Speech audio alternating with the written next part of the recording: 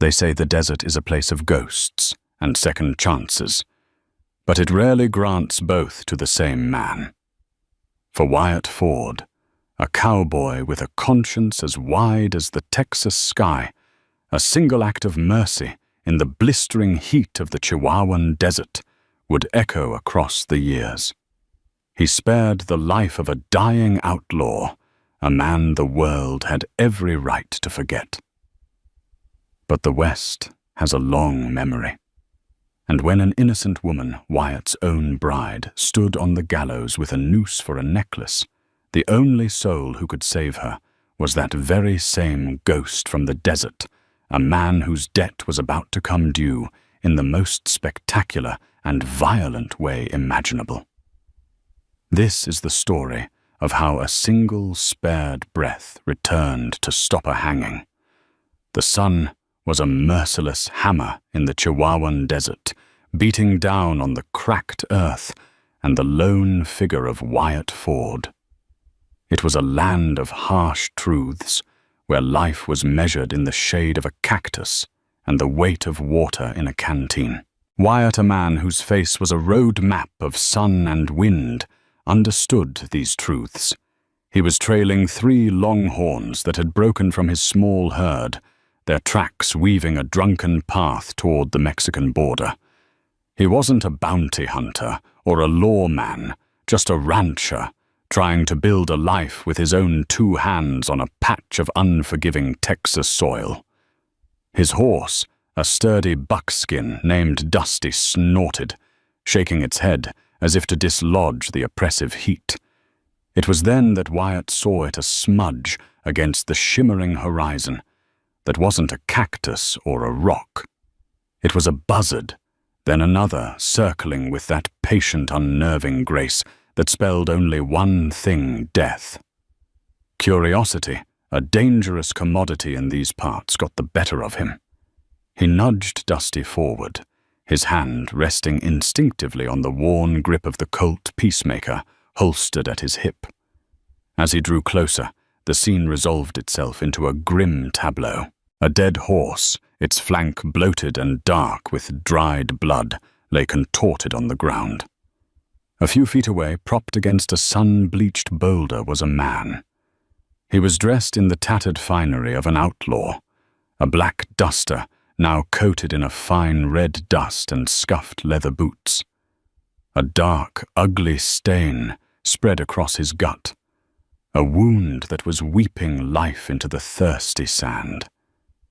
His face was pale beneath a scruffy beard, his lips cracked and white. Yet his eyes, when they flickered open, burned with a defiant fire.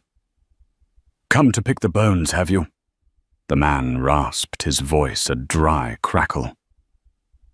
"The birds got here first." Wyatt swung down from Dusty, his canteen sloshing with the sound of life itself. He kept a cautious distance. "What happened to you?"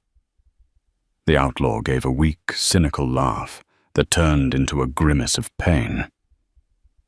"Met a disagreement with a posse from San Angelo. They were more persuasive than I anticipated." He gestured with a twitch of his fingers toward a discarded saddlebag a few feet away. Its contents were spilled a few tins of beans, a tarnished silver locket, and a canvas sack stamped with the insignia of the Blackwater Ridge Bank. It was empty. The posse had clearly reclaimed their prize. Wyatt knew the name. The papers back in dusty railhead towns were full of him.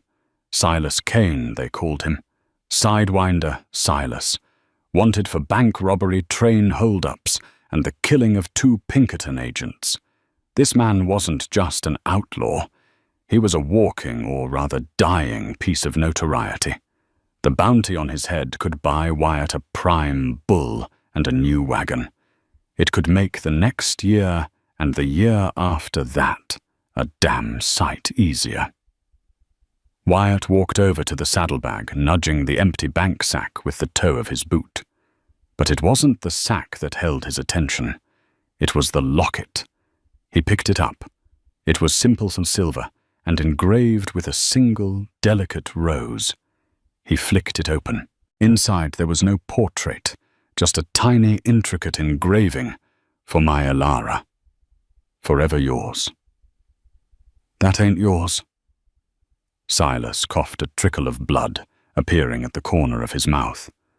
Wyatt looked from the locket to the dying man. Then whose is it? The bank manager's. Silas whispered, his eyes clouding over with a memory. Was on his desk. Stupid thing to take. Just saw it. Wyatt snapped the locket shut. It felt heavy in his hand, heavier than silver. It was a story, a promise, a life distilled into a small metal oval. Silas hadn't just stolen money. He'd stolen a piece of a man's heart. He looked at Silas, this feared sidewinder, and saw something else, a man who in the midst of a violent crime was drawn to a symbol of love he likely never had. The moral calculus was simple. Leave him. Ride on, and let the desert and the buzzards claim him. It was what justice demanded. It was what the law would have done. He could even ride to San Angelo and claim the bounty on a dead man. No one would ever know. He looked up at the sun, a blazing eye in a bleached sky. He thought of his own small ranch, the sweat and blood he'd poured into it. He thought of the simple, hard, one decency he was trying to build. What was that decency worth if he left a man, any man, to die like this? Even a man like Sluskane. Damn you, Wyatt, muttered to Silas to the sky to himself. He unhooked his canteen and knelt by the outlaw.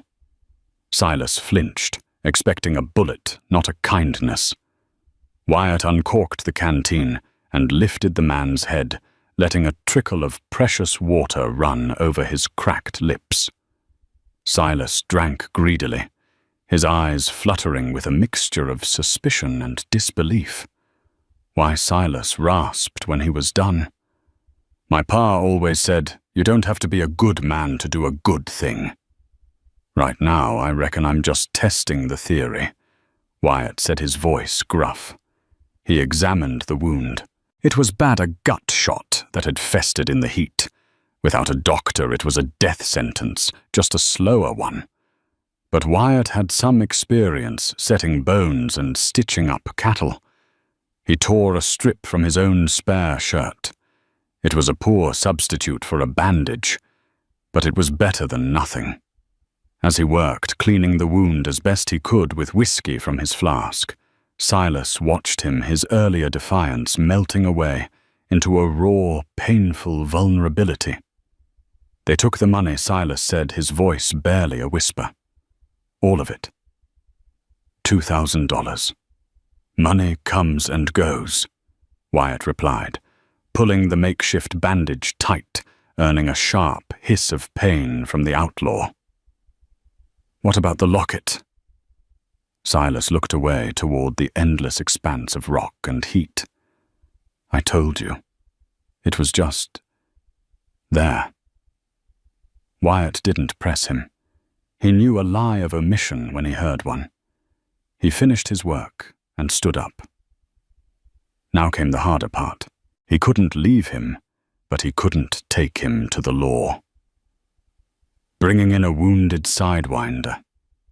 Silas would make Wyatt a hero in some quarters, but it felt like a betrayal of the choice he'd just made. Taking him to his own ranch was out of the question. He was building a life, not a haven for wanted men. There's an old mission, Wyatt said, thinking aloud. San Esteban. It's a day's ride south of here. Mostly ruins, but a few old padres still live there. They answer to God, not the Texas Rangers. They'll help a man, any man, without asking questions. Silas stared at him. You'd take me there? I ain't carrying you, Wyatt said flatly. But my horse can. I'll walk. The absurdity of the situation was not lost on Wyatt. Here he was giving up his ride, risking dehydration and exhaustion, all for a killer and a thief. He helped the groaning outlaw to his feet, and with considerable effort, heaved him onto Dusty's saddle. Silas slumped forward, barely conscious. Before he mounted, Wyatt pressed the silver locket into Silas's hand. "When you're healed," Wyatt said, his voice low and serious, "your first act as a man with a second chance should be to see that this gets back to its owner. You find that bank manager in Blackwater Ridge, and you put this in his hand. Understand?" Silas looked at the locket, then at Wyatt. His eyes filled with a dawning, painful comprehension. He gave a single, weak nod. Wyatt took Dusty's reins and began to walk, leading the horse and its notorious burden south. He didn't look back at the dead horse or the empty money sack.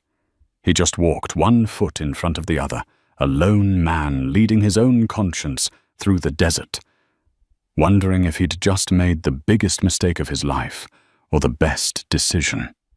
The sun beat down the buzzards, eventually gave up and flew away, and the vast, silent desert swallowed them whole. He never asked the outlaw's name, and he never gave his own.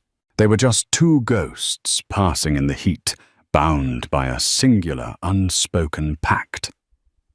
5 years. In the West, 5 years could be a lifetime.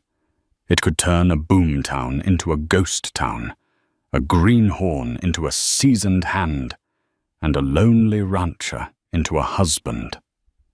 For Wyatt Ford, it had been the latter. The memory of the outlaw in the desert had faded, becoming a strange, sun-drenched story he sometimes told himself to test the boundaries of his own past. He had never heard another word about Sidewinder Silas. Rumor had it he'd been gunned down in a cantina in Sonora, or that he'd simply vanished. Wyatt was content to let the ghost lie. His life now had a different center, a different sun. Her name was Imelda Rossi. She was the daughter of an Italian Ford mason who had come west to build courthouses and banks, bringing with him a warmth and passion that felt foreign and wonderful in the dusty Texas landscape. Wyatt had met her in the town of Redemption Gulch, where he'd gone to sell his cattle. Her laughter was like a cool drink of water, and her dark eyes held a fire that put the Texas stars to shame. Their courtship was a simple, honest thing, built on shared glances over the general store counter and long walks along the creek bed at dusk. He was a man of the earth, quiet and steady. She was full of life and stories of a world he'd never seen. They balanced each other. Within a year they were married, and the small Spartan ranch house Wyatt had built with his own hands was transformed. Imelda filled it with the scent of baking bread, the bright colors of handmade quilts, and a joy that Wyatt had never known he was missing. She worked alongside him, her hands as capable of mending a fence as they were of tending her precious herb garden. But their happiness, like a tender green shoot in the desert, was a fragile thing. Their ranch bordered the sprawling cattle empire of Elias Thorne, a man whose ambition was as vast as his land holdings. Thorne was a pillar of Redemption Gulch, a town he largely owned. He was a man of iron will and cold eyes, accustomed to getting whatever he wanted. And he wanted the small, spring-fed creek that ran through Wyatt's property. Thorne had made offers, starting with polite business and escalating to thinly veiled threats. Wyatt, with a quiet stubbornness that infuriated the cattle baron, had refused every time. That creek was the lifeblood of his ranch. Without it, his herd would wither. His dreams would turn to dust. The dispute became public knowledge, a low, simmering feud that the townsfolk watched with nervous anticipation. The trouble came on a Tuesday. Wyatt had ridden out to the far pastures to check on a new calf, a trip that would keep him away overnight. He'd kissed Imelda goodbye at dawn, her face framed by the morning glories she'd planted along the porch. It was the last moment of peace he would know for a very long time. When he returned the next afternoon, a knot of unease tightening in his stomach, he saw 2 wagons and a half-dozen riders in his yard.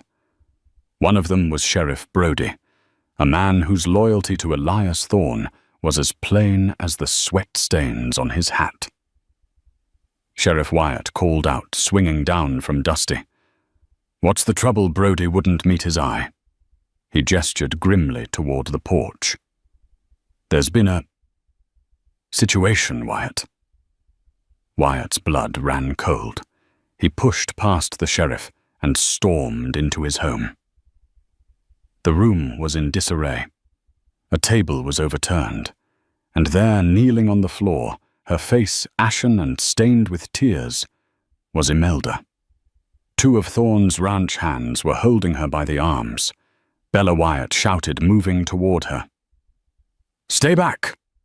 Ford Brody warned, his hand on his gun. "What in God's name is going on?" "Get your hands off my wife." It was then that he saw him. Sprawled near the hearth, his fine suit ruined by a dark, spreading stain on his chest, was Elias Thorne. His cold eyes were wet and sightless, staring up at the ceiling of the house he had coveted. "Elias Thorne was found here an hour ago," Brody said, his voice heavy with false authority. "Stabbed in the chest." Wyatt stared in disbelief from Thorne's body to Imelda's terrified face.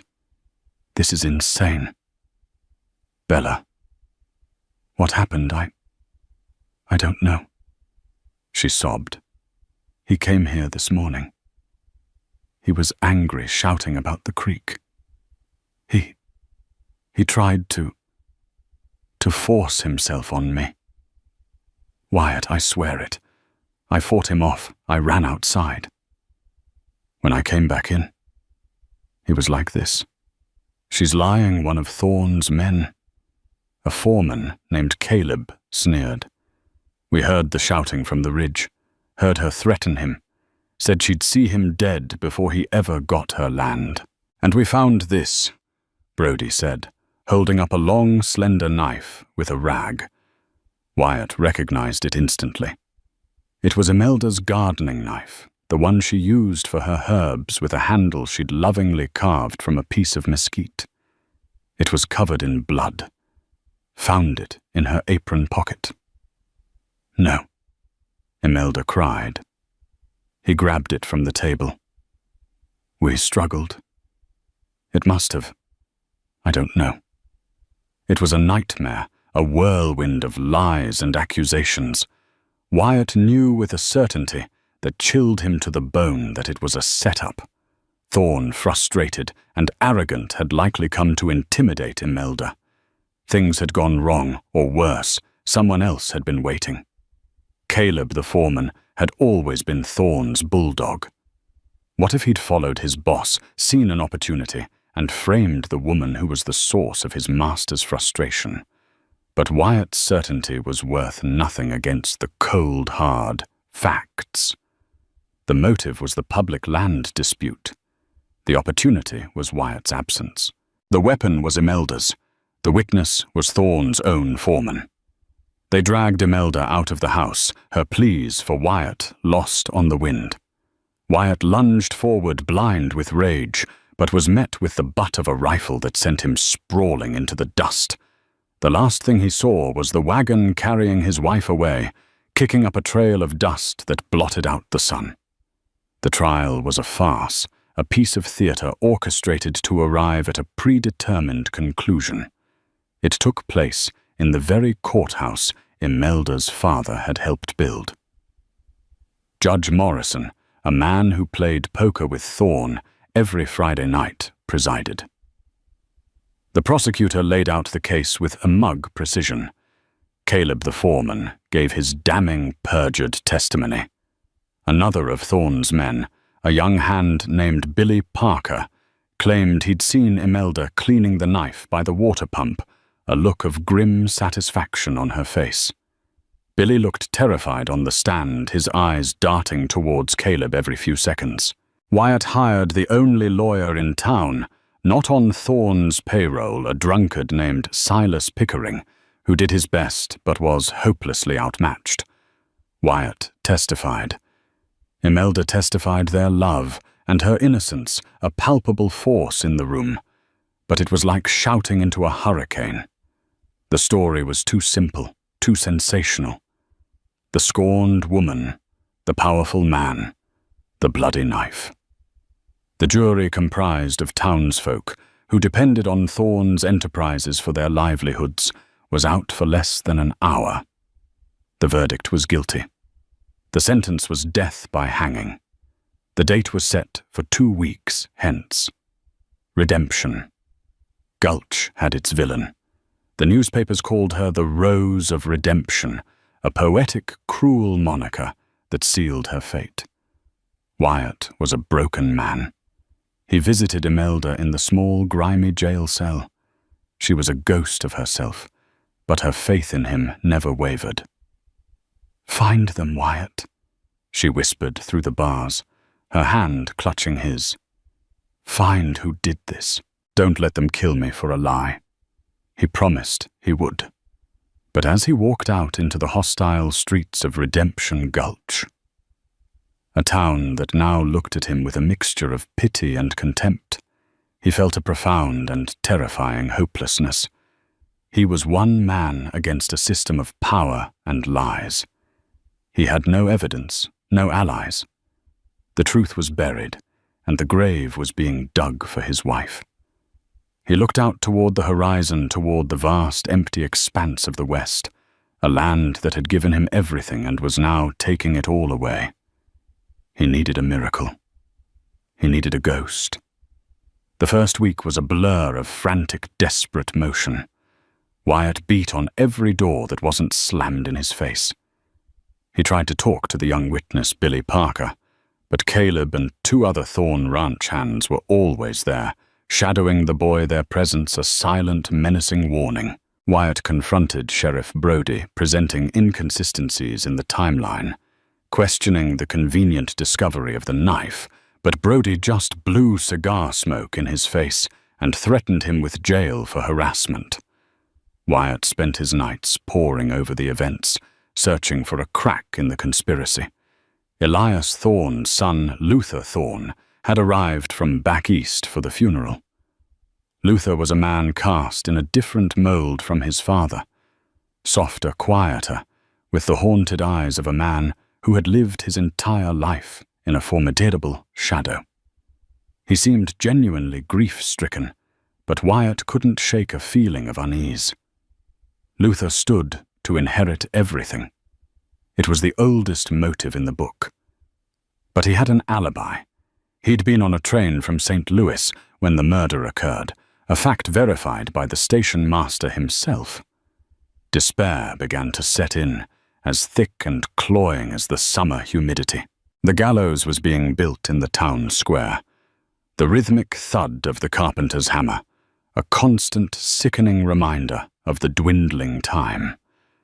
Imelda was growing weaker, her hope fraying with each passing day. One evening, sitting in his silent, empty house, the scent of Imelda's herbs still lingering in the air, Wyatt found himself staring at the old wanted poster he'd kept. It was yellowed and creased, a relic from a time he'd all but forgotten.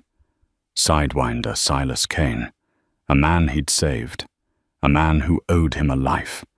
It was a fool's hope, a shot in the absolute dark. Silas was likely dead or 1,000 miles away. And even if he was alive, what could a wanted outlaw do? But it was the only thread he had left to pull. He remembered the name of the mission, San Esteban. It was a place for men without questions. Perhaps they would have heard something, a whisper on the wind, of where a man like Silas Kane might have gone. He packed a bag with what little he had, pinned a note to the door of the jail for Imelda, promising he would return, and rode south. He rode with a desperate fury, pushing Dusty harder than he ever had before. The familiar landscape of the Chihuahuan Desert surrounded him, a stark reminder of his first and only meeting with the outlaw. After 2 days of relentless riding, he found the ruins of the mission. It was a crumbling adobe testament to faith, a skeleton against the blue sky. A small, well-tended garden and a thin curl of smoke from a chimney showed that it was not entirely abandoned. An old, stooped man in a simple brown robe, Padre Antonio, greeted him at the gate. His face was a web of wrinkles, and his eyes held the serene, patient wisdom of the desert itself. Wyatt, parched and exhausted, explained his quest as best he could, omitting the part about the hanging and focusing on his search for a man he had brought here years ago. A man with a gut wound and a stolen silver locket. The padre listened, his expression unchanging. "We have seen many wounded men," he said, his voice soft. "The desert is full of them. We offer them water medicine and God's peace. We do not ask for their names, and we do not remember their faces. It is better that way." Wyatt's heart sank. It was a dead end. But this one, he might have mentioned a locket. A bank manager's locket from Blackwater Ridge. A flicker of recognition sparked in the old man's eyes. Ah, the locket. He nodded slowly. "I remember the man, not his name. He was close to death when you brought him. We tended his wound. He stayed for 2 months. He was quiet, but there was a storm inside him. When he was strong enough to ride, he asked for paper and ink." "What for?" Wyatt asked, leaning forward. He wrote a letter the padre recalled, and he drew a map, a very precise map. He left them along with the locket in the care of a traveling merchant we trusted, a man named Matteo. He instructed Matteo to deliver the package to the bank manager in Blackwater Ridge. The man said he had a debt to repay before he could start a new life. And did he? Did Matteo deliver it? He did, the padre confirmed. Matteo passed back through here a season later. He said the bank manager was a man named Alistair Finch. Mr. Finch was overwhelmed. He said the locket had belonged to his late wife. He thought it lost forever. He was so grateful he told Matteo that if the man who returned it ever needed anything, he would help, no questions asked. This was it. A thread. A thin, fragile thread. But it was real. And the man. The one I brought here. Where did he go? Padre Antonio looked out toward the northern horizon. He said he was leaving the devil in the dust. He took a new name, one he chose for himself. He rode north toward the New Mexico territory. He spoke of a town, a place where silver was making men rich and giving them the chance to reinvent themselves. I believe it was called Argento. Argento. Wyatt had heard of it. A booming silver town, a place of opportunity and violence in equal measure. Thanking the padre, Wyatt refilled his canteen and set off again, a fresh surge of desperate hope propelling him forward. The ride to the New Mexico territory was long and grueling. He rode through canyons and mesas, his mind racing. What would he find in Argento? Would Silas, if that was even his name anymore, even remember him? And what could one man, even a reformed one, do against the entrenched power of the Thorn Empire? Argento was everything the rumors claimed. It was a town clawed into the side of a mountain, teeming with life. The streets were a river of mud, crowded with miners, gamblers, merchants, and saloon girls. The air hummed with the clang of hammers and the distant boom of dynamite. It was a town where a man's past could be shed as easily as a dirty shirt. Wyatt started asking questions, a dangerous pastime, in a town full of men with secrets. He didn't ask about Silas Kane. That name would only bring trouble. He asked about newcomers, men who had arrived a few years back with nothing and made a name for themselves. He described the man he remembered, the dark, intense eyes, the quiet storm within. He got shrugs, suspicious glares and warnings to mind his own business. After a day of fruitless searching, his hope once again began to fade.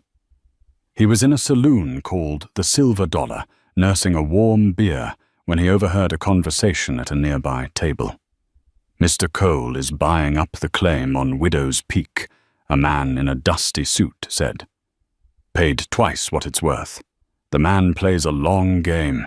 "He always does," another replied. "Hard to believe he rode into town 5 years ago, with nothing but the clothes on his back. Now he owns half of it.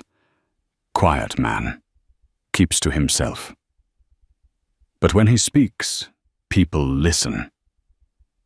Wyatt's head snapped up. Cole. The name the padre had said the outlaw chose for himself. He felt a jolt, a surge of adrenaline. "Excuse me, gentlemen," Wyatt said, approaching the table. "This Mr. Cole, what's his first name?" The man in the suit looked him up and down. "It's just Cole. Man of mystery, runs the Argento Mining and Assay office at the end of the main street." "Why, I think I might owe him a drink," Wyatt said, his voice steady, despite the hammering in his chest.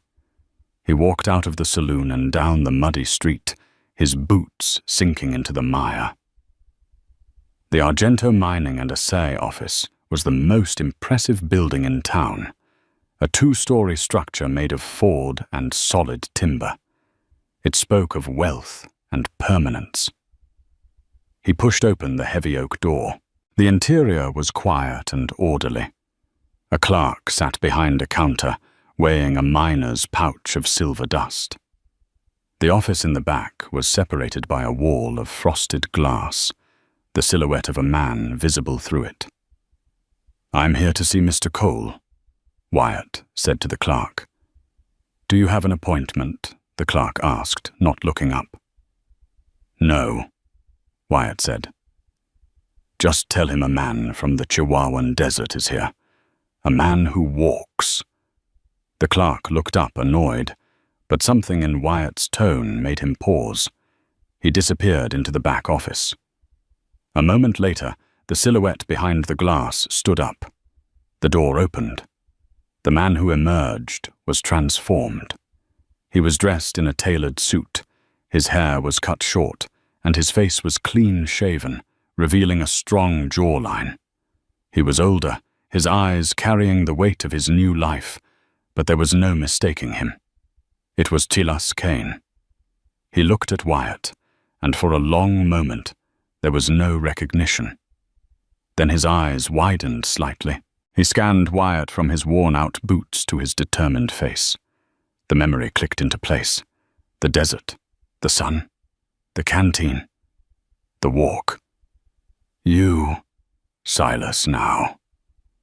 Cole breathed his voice, a low thrum of disbelief. He dismissed the clerk with a flick of his hand. "Leave us." The clerk scurried out, closing the front door behind him. The 2 men stood alone in the quiet office, the ghosts of the desert swirling between them. "I never thought I'd see you again," Cole said, his voice strained. "My name is Wyatt Ford," Wyatt said, finally giving his name after all these years. "And I didn't come here for a drink. I came to collect a debt. My wife is going to hang for a murder she didn't commit." The silence that fell in the mahogany-scented office was heavier than a tomb, Ford. The name Wyatt Ford meant nothing to the man who called himself Cole, but the face etched with desperation and a familiar haunting honesty was a spectre from a past he had fought for 5 years to bury. Cole stared at Wyatt, and in his carefully composed features, a war was being fought. The placid, influential Mr. Cole of Argento receded, and the sharp, haunted eyes of Sidewinder Silas Kane flickered to the surface. He gestured with a stiff, formal motion for Wyatt to enter his private office, a sanctuary of his new life that had just been breached. He poured 2 glasses of whiskey from a crystal decanter, the amber liquid catching the light. His hands were perfectly steady, a testament to the iron control he had forged over himself. He handed a glass to Wyatt, whose own hand trembled slightly as he took it. "You said you came to collect a debt." Cole said, his voice a low, dangerous thrum. He didn't sit, but stood by the window looking out at the muddy, chaotic street of the town he now commanded. "I've often wondered if this day would come, what form it would take. I never imagined this." He turned from the window, his gaze piercing. "Tell me everything. Omit nothing." Wyatt's story poured out of him a torrent of grief, rage, and suffocating helplessness. He spoke of Imelda painting a portrait of her warmth and spirit with the clumsy, heartfelt words of a man deeply in love. He detailed the simmering feud with Elias Thorne, the cold ambition of the cattle baron, the setup that was as cruel as it was clever. He described the farcical trial, the sneering face of the foreman Caleb, the terrified eyes of the boy Billy Parker, and the gallows being hammered together in the town square, each strike a nail in his own heart. He explained his futile investigation into Luther Thorne, the dead end of the iron-clad alibi. Cole listened with an unnerving stillness, his eyes never leaving Wyatt's face. He was not just hearing the words. He was dissecting them, analyzing the structure of the conspiracy with a mind honed in a world of lies and violence. The storm Wyatt had sensed in him years ago in the desert was still there, but now it was a controlled, directed force waiting for a target. When Wyatt finally fell silent, the tale of injustice hanging like poison in the air, Cole drained his whiskey in one swallow. The glass clicked as he set it down on the polished desk. A town run by one man is a rotten town. Cole said, the words cutting through the silence. Power, like thorns, doesn't just breed loyalty. It breeds fear, greed, and secrets. It's a swamp. You've been trying to fight the monster on the surface, but the real rot is in the roots. He began to pace his movements, economical and precise. Sheriff Brody. He has a weakness. Men like him always do. Gambling debts, most likely. A woman.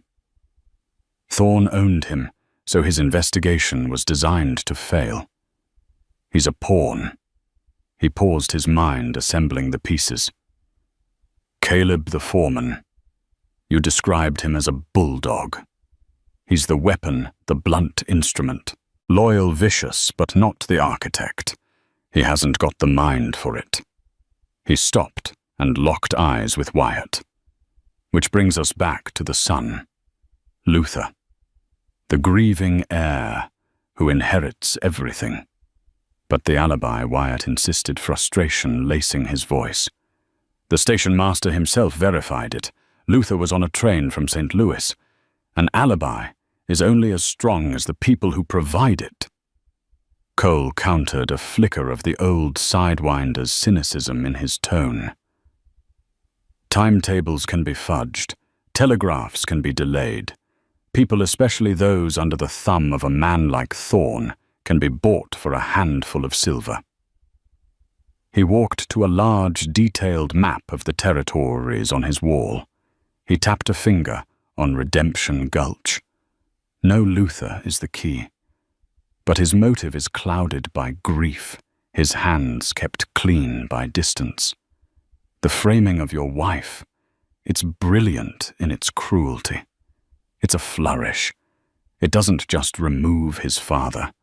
It salts the earth of his father's most stubborn enemy. This wasn't just murder. It was business.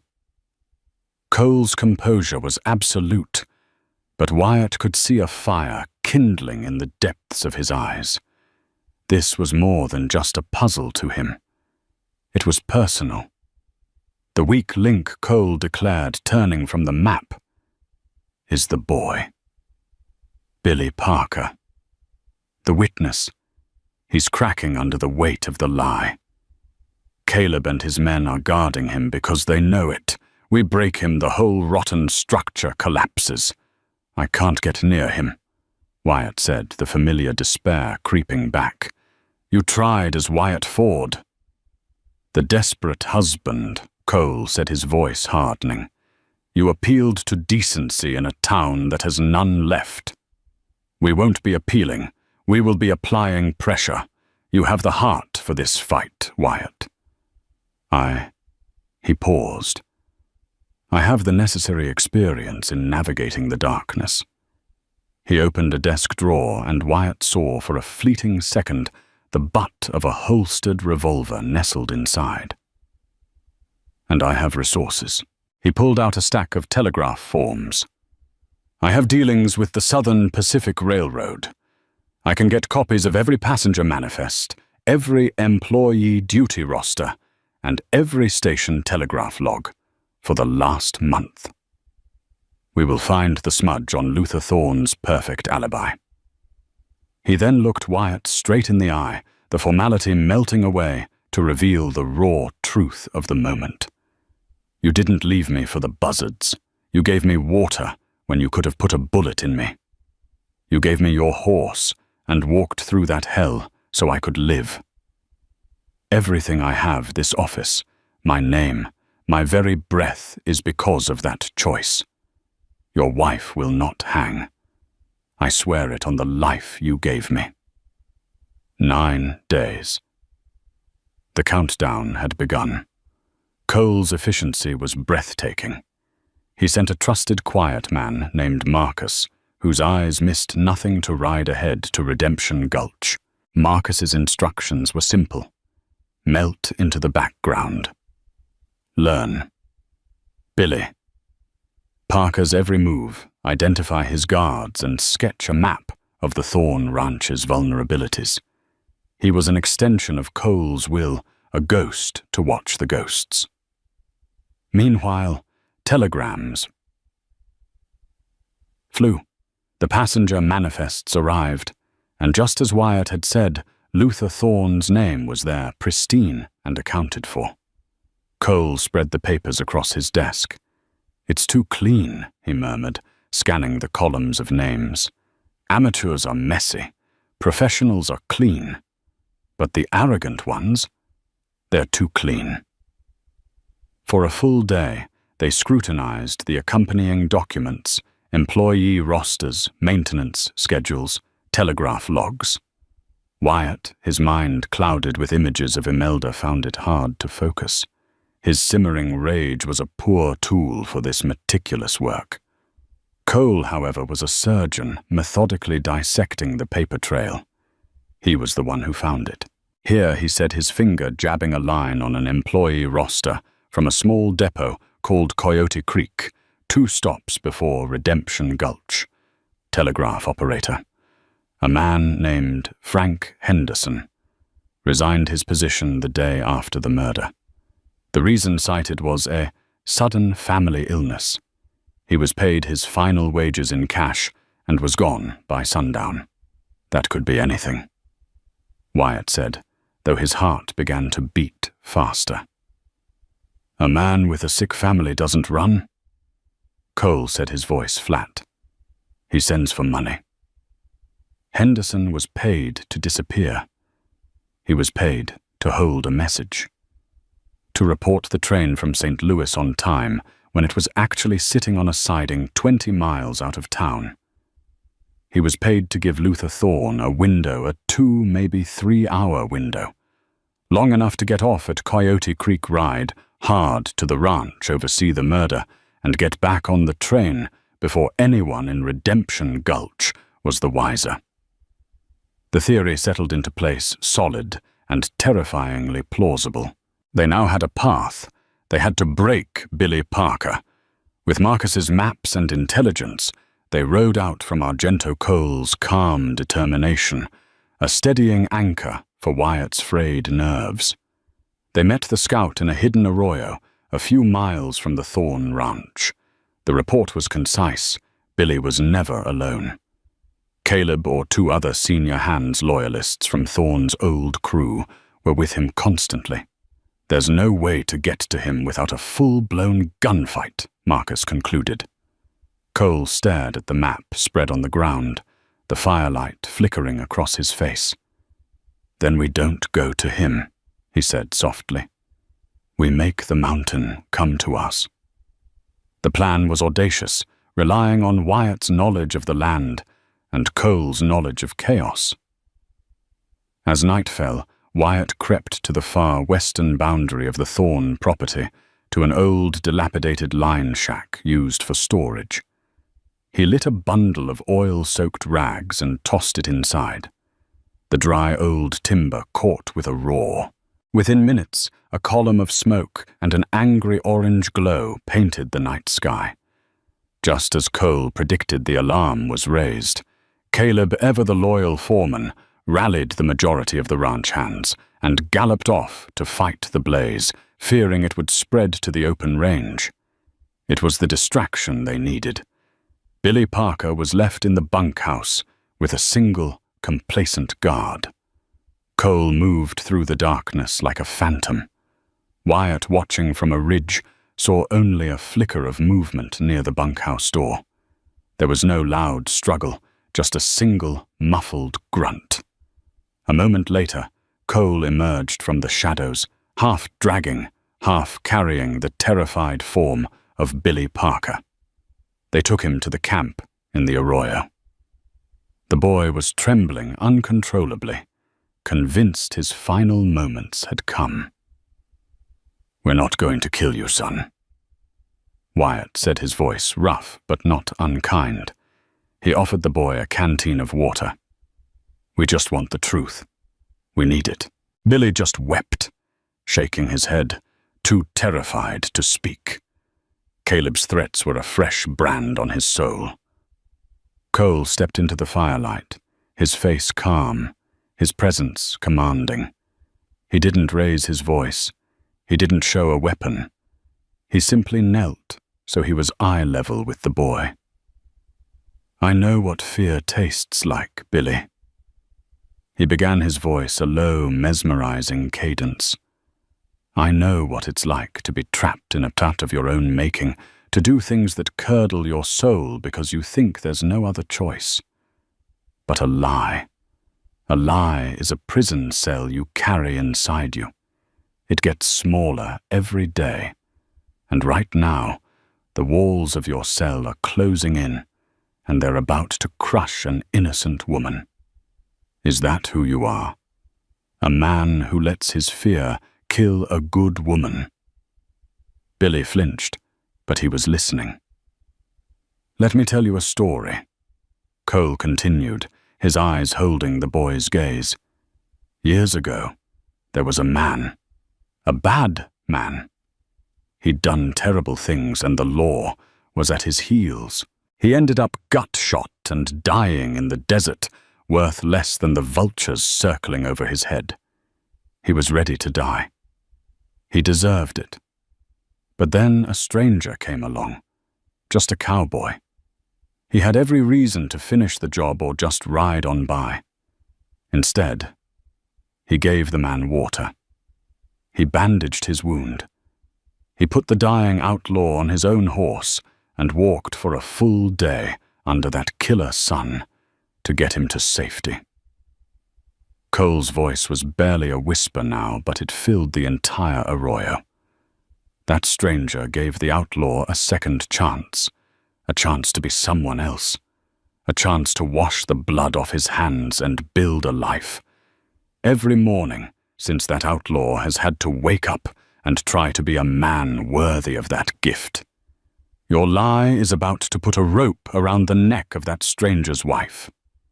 Cole paused, letting the weight of his words sink in.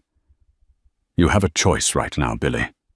You can stay in your cage, or you can take the first step toward being a man worthy of a second chance." "Tell us the truth." The boy's defenses crumbled. A choked sob escaped him, and the entire story came pouring out in a desperate, hiccuping flood. It was Luther. Luther hated his powerful, dismissive father. He was drowning in gambling debts to dangerous men back east. He had come west not to reconcile, but to collect his inheritance. He and Caleb planned the whole thing.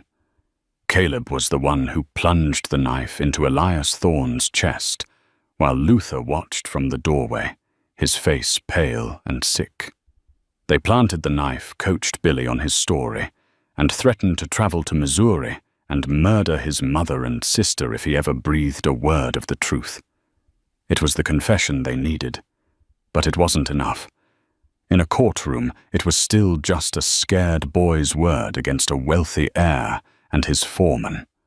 The payment, Cole said, his mind already moving to the next step. "Luther is arrogant, but he's not a fool. He wouldn't carry that much cash. He'd have the money wired." To Caleb. They had less than 36 hours. The hanging was set for dawn the day after next.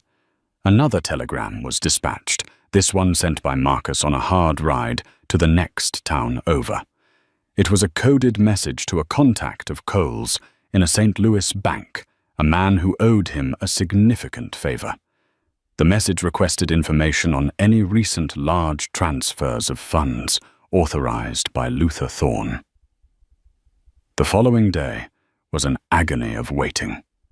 Wyatt paced the confines of the small camp like a sound wolf, his mind replaying his last conversation with Imelda through the bars of her cell. Cole sat by the fire, sharpening a knife with slow, deliberate strokes, his calmness a stark contrast to Wyatt's turmoil. He was a man waiting for a battle he knew how to fight. That evening, Marcus returned his horse, stumbling with exhaustion. He handed a telegram to Cole. The silence was absolute as Cole read the slip of paper. He looked up, his face grim but triumphant. "It's here. Luther Thorne authorized a wire transfer of $10,000 the day after the murder.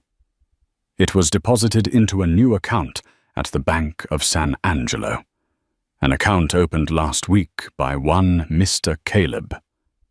Cole folded the paper. "We have him." Their only course of action was as clear as it was impossible. They had to ride to San Angelo, force the bank manager to provide a signed statement confirming the deposit, and get back to Redemption Gulch before the sun came up. It was a ride of over 100 miles through treacherous country in the dark. As they prepared their horses, Cole offered Wyatt one of his own pistols. Wyatt looked at it, then shook his head. "I'm not a killer. Neither am I, Wyatt." "Not anymore," Cole said, his voice quiet as he holstered the weapon. "But I will not see your wife die, because we were unprepared. Let's ride." They charged into the night, a storm breaking above them, as if the heavens themselves were raging.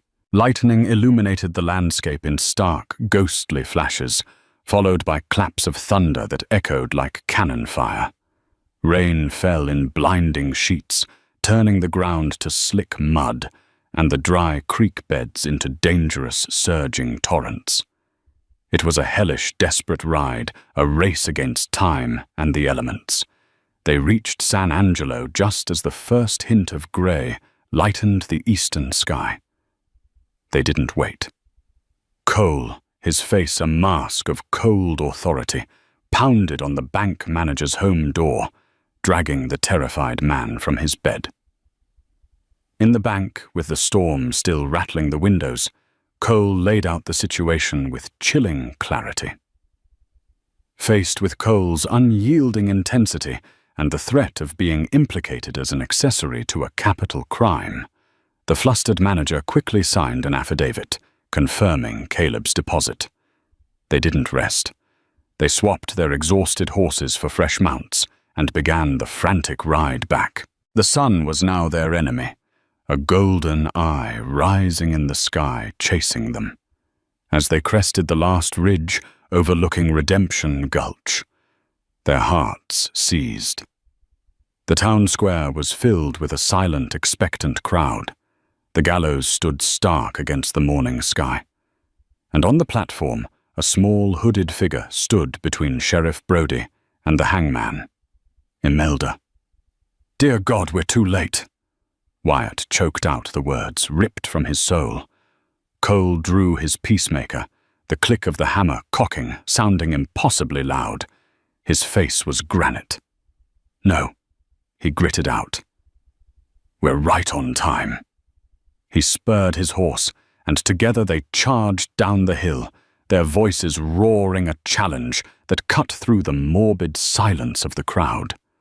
They thundered into the square like avenging angels, a whirlwind of mud and fury. The crowd scattered. Sheriff Brody spun around, his mouth agape. On the gallows steps, Caleb's face contorted in a snarl of shock and rage as he drew his pistol. A shot rang out, but it wasn't from Caleb. From the edge of the crowd, Luther Thorne, his soft face now a mask of pure panic, fired a pistol wildly in their direction. Before he could fire again, Cole's peacemaker bucked in his hand. The shot was not aimed to kill, but to disable. Luther screamed and collapsed, his gun clattering on the ground as he clutched a shattered shoulder. Seeing his master fall, Caleb fired at Cole. But Wyatt, driven by pure primal instinct, didn't ride for the fight. He spurred Dusty directly at the gallows, launching himself from the saddle in a desperate flying tackle that sent Sheriff Brody tumbling down the steps.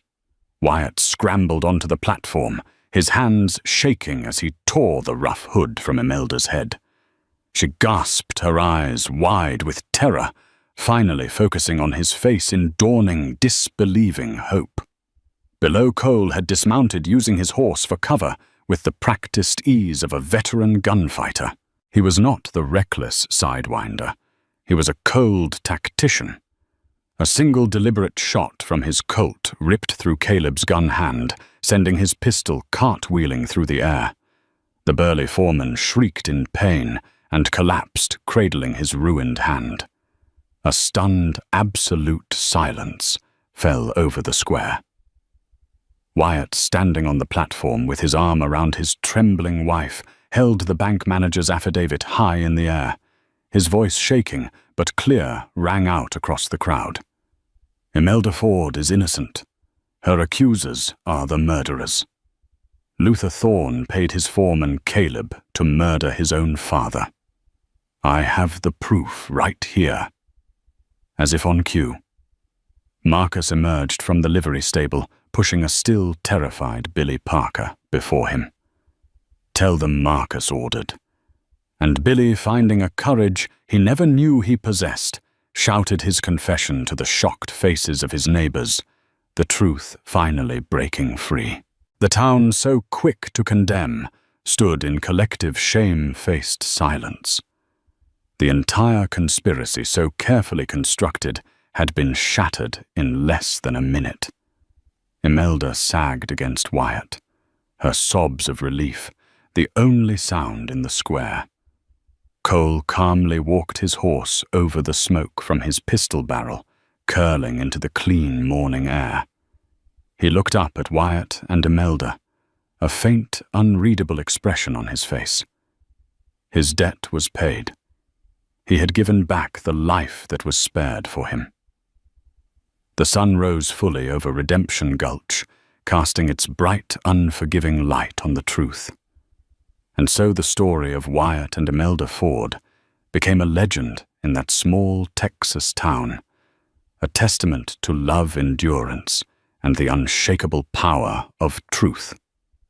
But it's also the story of a man named Silas Kane, a man called Cole, who proved that redemption isn't just about changing your own life, but about having the courage to repay the debts of your past. An act of mercy, given freely in the dust and heat, returned years later to stop injustice in its tracks. It reminds us that the choices we make, the kindness we offer, when no one is watching, can ripple through time in ways we can never predict. Sometimes even returning to save everything we hold dear. If this tale of the untamed West stirred your soul, don't forget to hit that like button, share it with someone who loves a story of true grit, and subscribe to our channel for more sagas of heroes, outlaws, and the enduring spirit of the American frontier. Let us know in the comments what part of Wyatt and Cole's journey hit you the hardest.